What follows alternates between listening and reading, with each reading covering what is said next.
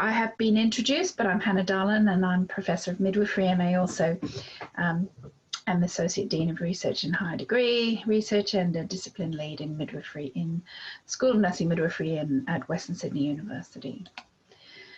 So, birth in the time of COVID, we still don't know, and I think we won't know for some time, how COVID is affecting pregnant women and babies, how it is impacting on health workers, and what are going to be the long-term consequences of what we are seeing.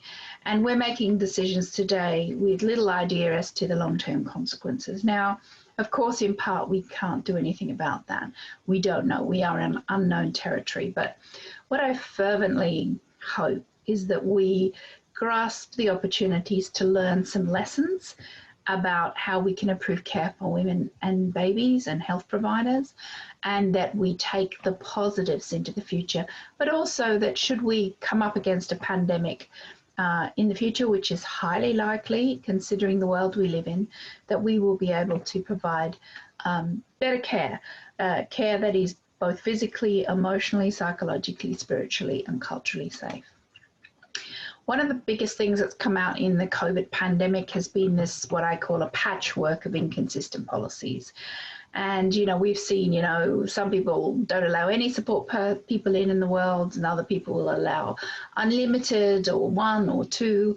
We've seen PPE variations, personal, protective equipment variations as to, do you need goggles and a mask on and the full outfit? Do you just put that on when you've got a suspected or known COVID case? Do you need it in antenatal care, etc.? There's so many variations. In Australia, we had no partners allowed in at ultrasounds and antenatal visits, and that's still the case in many places, despite the fact that we have now very, very low rates of COVID in the community. We've seen some really interesting practices regarding water birth, which I think has exposed the deep agendas and biases that we hold around things we consider alternative. But we, obviously when the pandemic escalated in Victoria, there was a clamping down on water birth. The evidence doesn't support that. There's very small infection rate in our community now, and we still don't see an easing off on these policies. Yet we have hospitals side by side, one allows it, one doesn't allow it. And women know this, women talk, women do understand that we haven't quite got our act together. We saw birth centres shut down, turned into COVID clinics. We saw home birth. Interestingly, in other countries I know, like the UK, both happened, the closing and the expanding of home birth. Well, in Australia, of course, we've had a head in the sand attitude to home birth for so long. We don't have many midwives providing the service, and we suddenly had an avalanche of women who wanted to access home birth. And, privately practicing midwives have never been so run off their feet as they have this year. We had hospitals issuing decrees around you couldn't have skin to skin if the mother was considered to be COVID positive, and others who said, no, we should continue skin to skin and breastfeeding. And regardless of what the international evidence said, you found that there was local decisions being made on the ground that often were reactionary and out of fear, not necessarily out of the best evidence available. And of course, that's difficult when you've never come across this before. And the result has been confusion and potential trauma for women and their partners. And that is the thing that we're very interested in looking at. What are the long-term ramifications of this, and what can we do to buffer, protect, minimise the stress of this event? So the aim of our study, the Birth and Time of COVID study, and we affectionately call it BITOC because it's such a mouthful, is to explore the experience of women who are pregnant, giving birth and managing the early days and months of motherhood during the COVID pandemic, as well as that of health workers who are providing the care. And of course, it's never a one-woman job or a one-man job. It always takes a fantastic team. And we initially got a small grant to get the study up, and the Sphere team and grant I was very grateful for, and these are our fabulous members. And then the Queensland Floods study team came along and said, look, we'd really be interested in joining with you. Could we do some long-term follow-up with you? And this was, people like Suzanne King, Professor Suzanne King and Professor Sue Kildea, who led the Queensland Floods study, where they looked at the impact of that very stressful event, the Queensland Floods in 2011, and they're following up the children now afterwards, looking at impacts of that. And so we are building very much in a hypothesis that the stressful events of pregnancy during a pandemic are potentially going to have an impact on child development and health and maternal mental health and well-being. But we're really interested in finding out what other moderators, what other things we can do to make this better in a bad situation. And then New Zealand contacted us and said, oh, we're thinking of doing a similar study. And I said, here's all our surveys, here's all our ethics, and they're replicating the study in New Zealand. And that's really exciting because we're going to have 2 countries with different maternity systems. And, I've always said, I think New Zealand's got the best one in the world, and we'll really be able to look at the impact of continuity, for example, and how our different systems have responded. So the methodology, it's a mixed method study overall, but we've got a very major part of it is this longitudinal cohort study.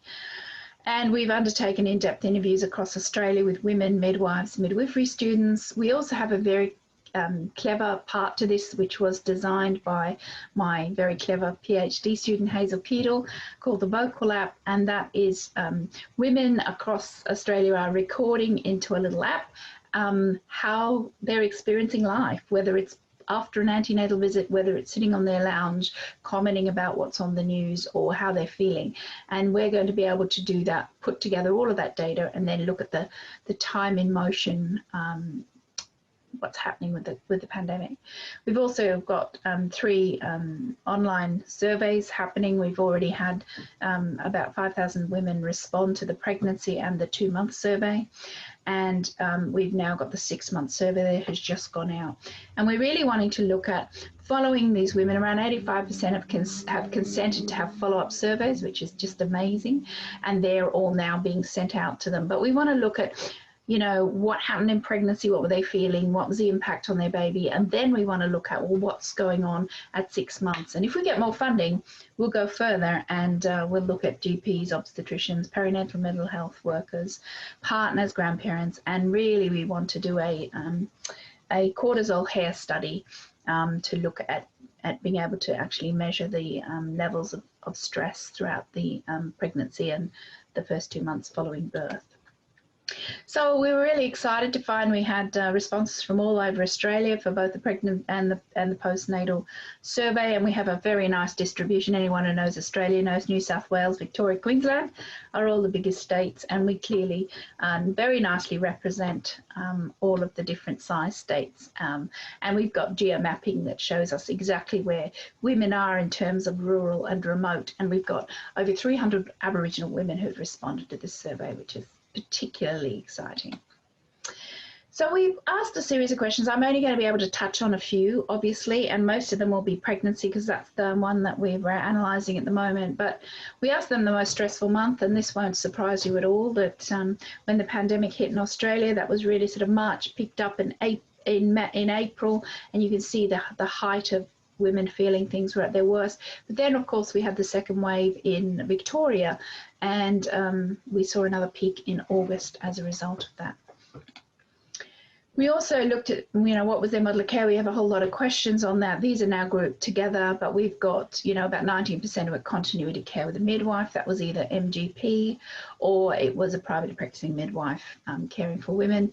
We also have about 22% who had a private obstetrician. Around 8% had GP share care, where they see the GP for some of the care and then have hospital care, and a very small number had no healthcare provider at all.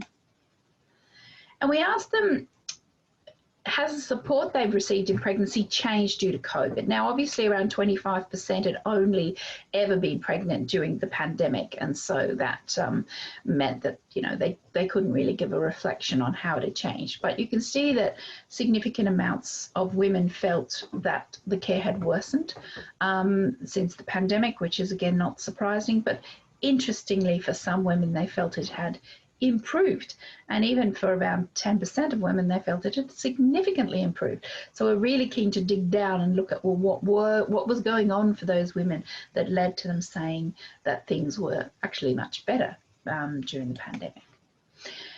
We also asked them about were they glad to have less pregnancy appointments, and it is quite clear that that definitely was not what they wanted.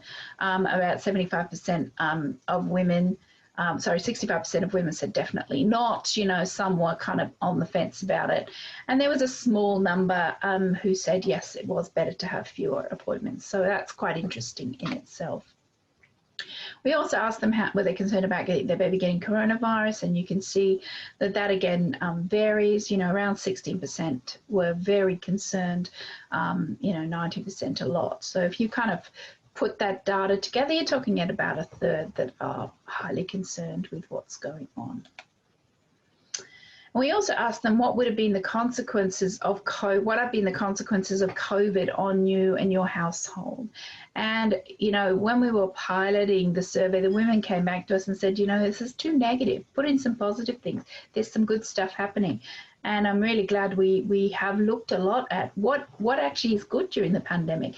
And you can see that there is, you know, there is a significant number, around a third of women or more, that are feeling that actually there's been some really positive things, and I'll explain a little bit about what some of those things are. We also asked a whole series of questions, and I just listed the top 10, and these were the biggest concerns women had during the pandemic regarding birth and postnatal care, asked of pregnant women. And the most concern was about support, people not being able to being permitted to attend the baby's birth. You can see only 12.5% weren't concerned at all about this. Being exposed themselves to COVID during pregnancy, being separated from the baby after birth, having family and friends who were not able to visit them and their baby, the baby becoming infected with COVID after the birth, only 16.9% weren't concerned about that. The baby may receive less optimal postnatal care due to COVID, and that interestingly that their concerns about having made to wear a mask during labour was even more, they were more concerned about that than they were of actually getting infected and being unable to care for their child. Not having support they needed for a more natural birth. Only 19% were not at all concerned about that. That was something that was concerning for women. And not being able to provide immediate skin-to-skin contact. Again, only 20% of women were really not at all concerned about that. We asked also, are you receiving current treatment for mental health concerns? And you can see a substantial number of women were, it's around 38% who were pregnant, who said that they were receiving treatment. And we are really interested in exploring this a bit further. We're looking at model of care, and is model of care a modifying impact on mental health and depression and anxiety. And you can see with the standard care, that's fragmented care where women are cared for by different midwives and different doctors. You can see that the Edinburgh Depression score here of greater than or equal to 12 is about 32% of the women who answered the pregnancy survey, and that is down to 24% with continuity care with a midwife, and about 27% with a doctor. And then it goes up again with GP share care, which is not hugely great continuity because they're shared between the hospital and the GP, and then we have a small number that had no healthcare provider. And then if you look at the DAS scores, which looks a lot more at anxiety, whereas the Edinburgh Depression score looks a lot more at depression, you can see the same kind of pattern going on here. Now we have to do a lot more work on this because obviously there's socio-demographics, there's parity, there's a whole lot of things we need to adjust for. But what we're really interested in is even looking at women who've got pre-existing mental health, and then if they're in continuity care models, how is that moderating, and is it indirectly able to impact on child development and temperament, etc., later on at the 6-month survey point. 73% of women had no thoughts of self-harm, but that's still saying that a substantial number of women, around 27%, have had thoughts of self-harm, which is concerning. We asked about had they been tested for COVID when pregnant or postnatally. We asked both.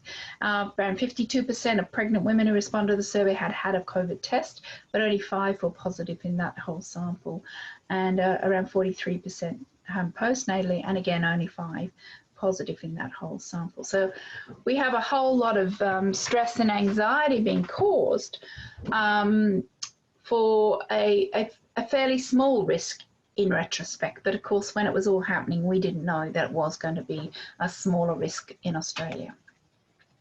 We asked about social media, and I'm really glad I put this question in, because I actually asked it because I found myself getting utterly saturated by the constant, statistics and doom and gloom, that I actually found myself tuning out and trying to switch off a little bit from the news and the social media. And we found 50% of women who were pregnant said that they consciously reduced their exposure to news or engaging in social media. And it was quite clear that they did that to reduce anxiety and stress. And here's some quotes from the many, many comments that we're currently analysing. This woman says it was triggering anxiety and stress for me, and I was compulsively checking the latest figures multiple times a day. And you can see how women with mental health issues, particularly anxiety, this could become quite a cycle of building that anxiety up. This next woman who said, I began to become consumed by the fear and uncertainty of what the pandemic might mean for my pregnancy, my birth, and my baby. And then this woman said, it was increasingly my distress, and it was increasing my distress, it was increasing my blood sugar level and reducing my sleep quality. Here you're seeing real physical effects of the anxiety caused by the exposure to media. Now, obviously, social media also, and we've got more data on that I haven't got time to share with you today, is the go-to in times like this. It is a connector, it's a reassurer, it's a builder of communities, it's a way of bringing people together when they cannot physically be together. So, there is the good and the bad and the ugly when it comes to media and social media. We asked a lot of questions about telehealth, and around 77% of women had experienced telehealth, but it certainly was not viewed positively from the data that we're looking at now. Women saying that they felt that people wanted to get them off the phone very fast. Remote visits, hospital visits were really hard. No one appeared to be checking up on them. And here was a woman who said, I have not had a face-to-face care with my midwife yet. And I don't do that until I'm 28 weeks. So, there was a level of distress there around telehealth. And I think, when I went online to have a look at one of the images of telehealth, they're often involved face-to-face on a device. They almost, this doctor reaching through the screen even, it's that personal touch and connection. But the reality we've found is the majority of telehealth is carried out over the phone. And midwives are changing the way they interact with women over the phone. They're cutting to the chase. That's a very Australian term. They're just getting down to business. So if you've got a woman in front of you, a human being, you will ask those human questions. How are you going? What's happening for you? How did you get here? Isn't it a beautiful day? But when you don't have that face, we're seeing people become very much businesslike, and women are telling us that they feel that they don't really know their midwives. Even in continuity care programs, they're feeling like there's a level of disconnection in the communication. So we really need to understand better, how do we use telehealth to maximize its benefit? We asked a lot of questions about, what kind of things were positive during the birth as well as negative. And it was really very interesting to find that fewer visitors in the postnatal period and fewer visitors in the hospital, either at home or in the hospital, was a great positive. And that, I think, is something we need to learn lessons from. The midwives said they found women were more relaxed. They found the babies were more settled, fed better. They found that there was they spent more time with the women because they weren't having to kind of maneuver around visitors in order to do that. So I think these are some of the things we need to think about in how we construct our care in the future. Do we need to have these conversations with women and their partners about how important that that bubble is, that bubble of creating families, the magic of those early hours and days. Do we need to protect it more? Because women said very clearly that, you know, at first a fewer visitors made me sad, but then I realized things were less rushed. We could focus on the baby. Also, my husband worked from home, so I had more support. And again, this other woman said, time with no visitors in hospital. Just the husband and I turned out to be a blessing in disguise. We had ample time to bond, develop skills and comfort as new parents. And I can tell you there are hundreds of these comments, hundreds and hundreds. Is probably one of the most overwhelmingly consistent things that came out of the data around postnatal care. Lots of surprising positives for people, like slowing down, coming back to the simple things and time together. Having a partner work from home was a huge thing. Obviously, where the relationships are good, where finances aren't strained, where you don't have domestic violence, you will have a very different experience where those things are not in place. But lovely comments, really almost, there are quite a few comments about feeling like they fell in love again with their partner. And women, when we did in-depth interviews, said, you know, they almost had a sense of grief over the connection the partner now had with the baby that hadn't had previously because of all of the time and the engagement that they currently have when they work at home. And we can't forget the partners, and of course, forget some more money. We really want to go on to look at the partners, but is it good for the partners? Are the partners seeing the benefits? What is their perspective? We currently don't really know that, but certainly from the women's perspective, the majority is very, very positive. We asked, you know, did they feel adequately supported around the postnatal care they received? And you can see that, you know, nearly 70% did, but there's a, you know, a 1/3 group of women who didn't, and we're exploring a lot more about what those factors are. We have hundreds and hundreds of comments to analyse as well. We asked about, you know, did a midwife visit you at home after the birth? And you can see quite a variation. You can see quite a lot of women didn't have a visit. Some, you know, then the most common thing was that they had a visit up to day 4, followed by up to 2 weeks and then a week. And a smaller number of them were lucky enough to get 4 or 6 weeks afterwards. We also ask a lot of breastfeeding questions, and, you know, it's probably no surprise to anybody, but the same kind of issues of breastfeeding affected women during COVID than, you know, affect women generally. Things like sore, cracked, painful nipples and the milk supply and attachment. So we're exploring that a lot more in the future survey. So particularly in the 2-month postnatal and the 6-month postnatal survey. We really need to think about what is the ongoing effect of this pandemic. We need to be ready with our loving arms and our services and our wisdom to learn for next time. This quote made me feel very, very sad when I read it. And this is a woman who said, since the birth, I've been feeling so much sadness and guilt about my capacity to mother my new baby properly and give him the same experience his older sister had. He was 4 months old by the time he was able to meet his grandparents. And I developed anxiety about leaving the house. I have postpartum anxiety as a direct result of this pandemic and the lack of support we are getting as a result. So, you know, there are certainly, I think, going to be some significant traumas that we will need to support women with. And here's another one. This is a woman who said, I gave birth alone. I was then in hospital with my newborn alone. This isn't something someone should be forced into doing alone. You know, I think when birth is so positioned nowadays in many countries within large institutions that are sick houses, you know, the Swedes call it that. When I was in Sweden earlier this year, I was just struck by that. They call it what it is. They call hospitals sick houses. And yet, you know, birth, which is this incredibly social, psychological, cultural, spiritual, and physical event, is caught within a paradigm that is all about fixing pathology. And when you have a pandemic and you have that extra level of anxiety going on, you get the grouping of this event in there, and you do not consider the other traumas and the other ramifications of what you're doing. Continuity of care is a buffer, and the interviews with women have shown that. We want to do a lot more work looking at how that impacts psychologically and long-term on child development. But women told us very clearly when they had a midwife, they knew who would be on the other end of the phone. They knew there was someone they could reach out to. They I found that incredibly reassuring, that there was this sort of, this this person in the storm that would be an anchor for them. And as this woman said, who I interviewed, she said, she got into hospital and was waiting for her midwife, and had been put in a room by herself to labour on her own because her husband wasn't allowed in there. And she laboured and laboured, was so distressed. And her midwife came to the room, and she said, I fell into my midwife's arms. And of course, she was fully dilated. So the first time mum had spent the entire of her labour alone. As soon as the midwife came, she went into a birth room. Suddenly, magically, her partner could be in there.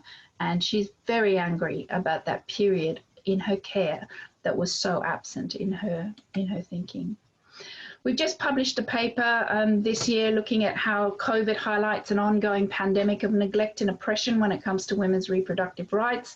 It's a tome. I've written it with two fantastic lawyers.